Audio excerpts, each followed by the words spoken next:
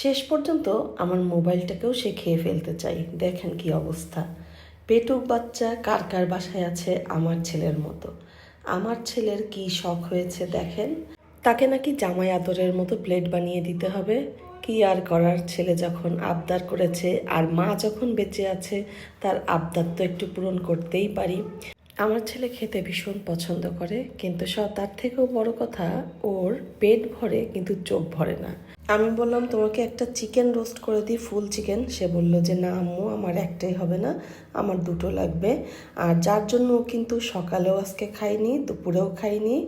আর এর ভিতরে অনেক পড়াশোনা চলেছে, টিচার এসেছে গেছে, তো তার খিদায় কিন্তু ভীষণ মাথা খারাপ হয়ে যাচ্ছে। এইসব দেখে সে আর এক সেকেন্ডও লেট করতে পারছে না। আর আমরাও যত দ্রুত সম্ভব, আমি আর আমার যা মিলে এগুলো সব রেডি করছিলাম।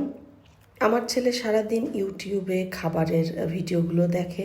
আর ওই যে আছে না কয়টা রাক্ষস মহিলা সারাদিন ওই যে প্লেট ভরে ভরে খায়, তো ওইগুলা দেখে ওর সেই শখই জেগেছে যে ওকে প্লেট ভরে সব কিছু এমনভাবে সাজিয়ে খাওয়া দিতে হবে। দিলাম, ঠিক আছে, তোমার শখটা পূরণ হোক। আর তোমরা যদি এটার ফুল ভিডিও দেখতে চাও, আমার ইউটিউবে আমি আপলোড করে দিব। আর আমার লিঙ্কটা দেওয়া থাকবে আমার ডিসক্রিপশন বক্সে, তোমরা দেখে নিও। আর আমার ছেলের জন্য সবাই দোয়া করো। আল্লাহ হাফেজ।